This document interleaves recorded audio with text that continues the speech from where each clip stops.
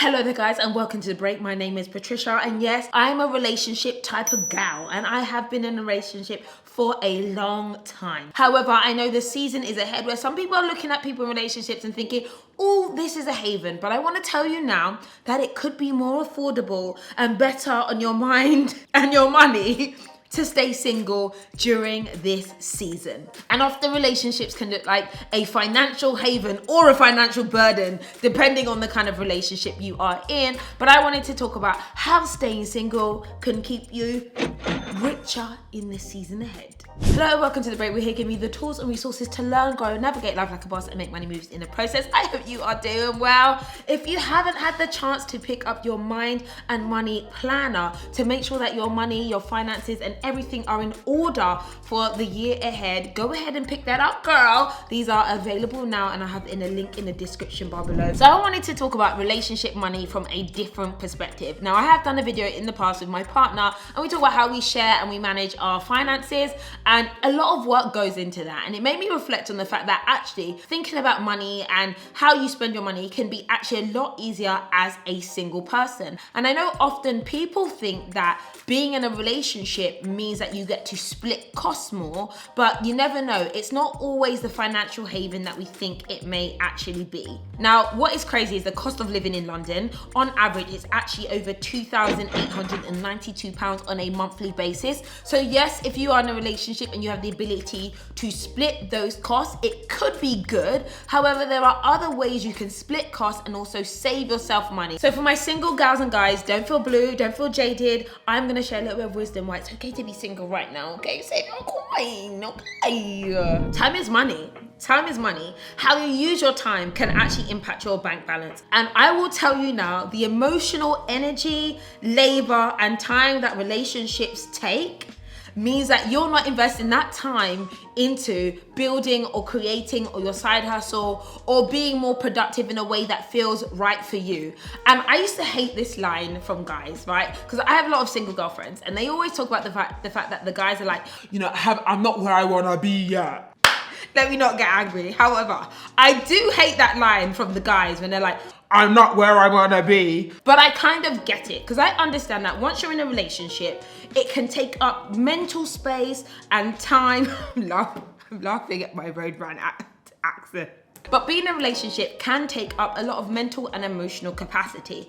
And I think if you're in the process of trying to build or get out of debt or focus quite intensely or in a career or something like that, then being in a relationship will eat into your time unless you're with a partner who is very understanding of your time commitments. But when you're single, you're able to answer to yourself and make the right decisions for yourself alone. And it's pretty nice to do that. Now I'm in a position where a lot of decisions I do make, I have to make with my partner, and because we've got kids, we've got to do that all stuff together. And there are times I'm like, man, why single people? They can just get up and go. There is no meeting, let's get our diaries out and discuss the schedule as adults together. Well, you don't have to do that. So if you're single, you have more free time to probably focus on ways to generate income as well as kind of save more money as well. 60 to 70% of my time is thinking about those that who I have a relationship with. I have dependents, I have aunties, I have friends, and of course I have a husband. So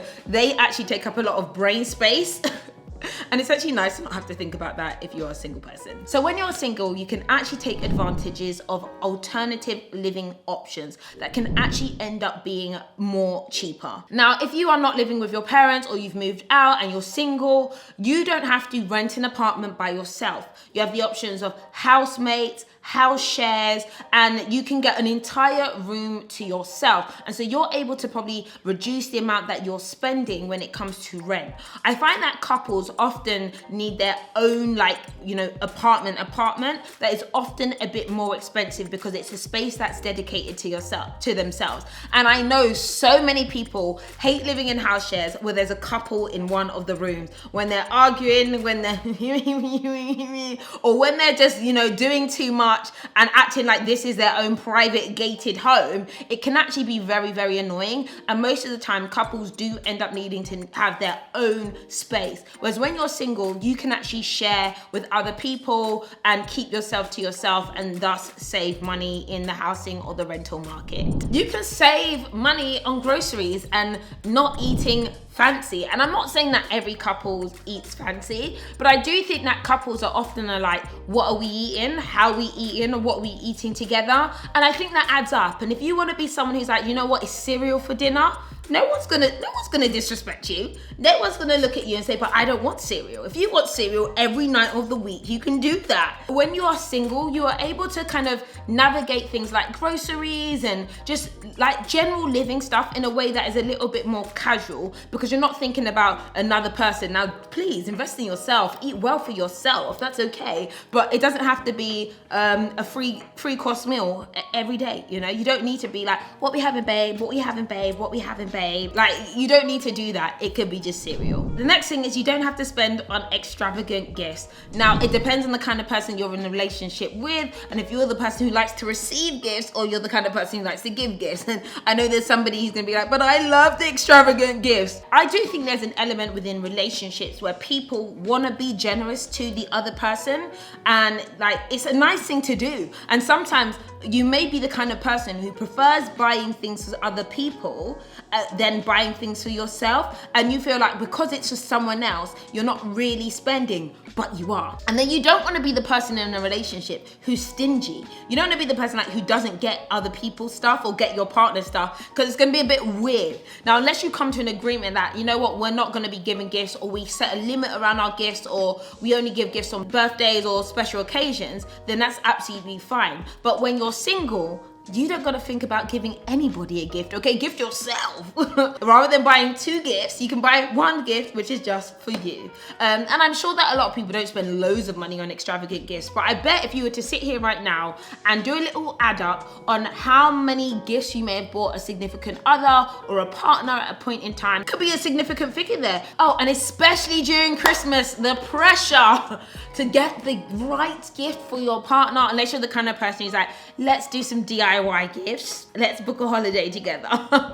Like, you don't have to think about that now. You can enjoy yourself and save your money. I think this is a super important one to think about, and I think this is when you're in a longer term relationship with someone who isn't financially where you need to be. And so when you are in a relationship, you now start to think about, how the hell are we gonna deal with this? Particularly if someone has high debt. If you end up marrying or end up getting really serious, some of those debts end up becoming your debts. You end up having to work on a plan together, depending on the kind of relationship you have, to actually deal with those debts and to deal with those credit scores and all of these things that are associated with that person that ends up becoming a part of your life. And I don't know how I feel about that. I don't know how I feel about taking on somebody else's bad credit and someone else's debt. Could never be me, because it makes me anxious. Like, I'm itching thinking about it. But there are plenty of people who do that. Men and women who both take on the debt of their significant other if they really decide to take their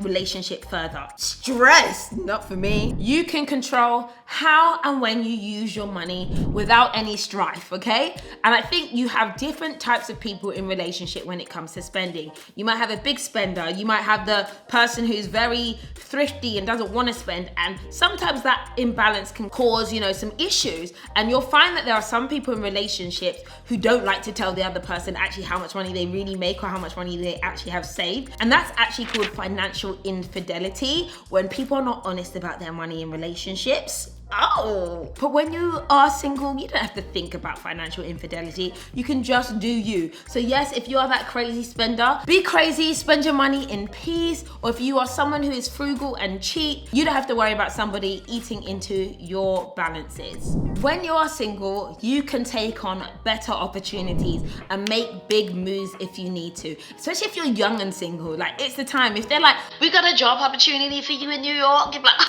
I'm there. Like, you can actually take on opportunities that come your way. You can move cities, you can move countries if you want to. Whereas if you're in a relationship, it's really hard to think about if you want to be long distance or if you want to do the commute to see each other regularly. I think that when you take on more opportunity, you're able to impact your earnings and also your quality of life. And when you can make that choice on your own to grow and thrive and try new opportunities yourself, I think that's such an an invaluable way to kind of invest into yourself without having to think about if the other person wants you to do that or not. With moving or taking on new job opportunities, you may be able to increase the quality of your life and quality of living and the expenses that you have or the income that you make, and fundamentally really up how much you are actually living and making. So guys, I hope you enjoyed that video. I really just wanted to do something for all of you guys who are thinking, oh my God, I'm single this Christmas. And there are pros to being single at this time of year, and single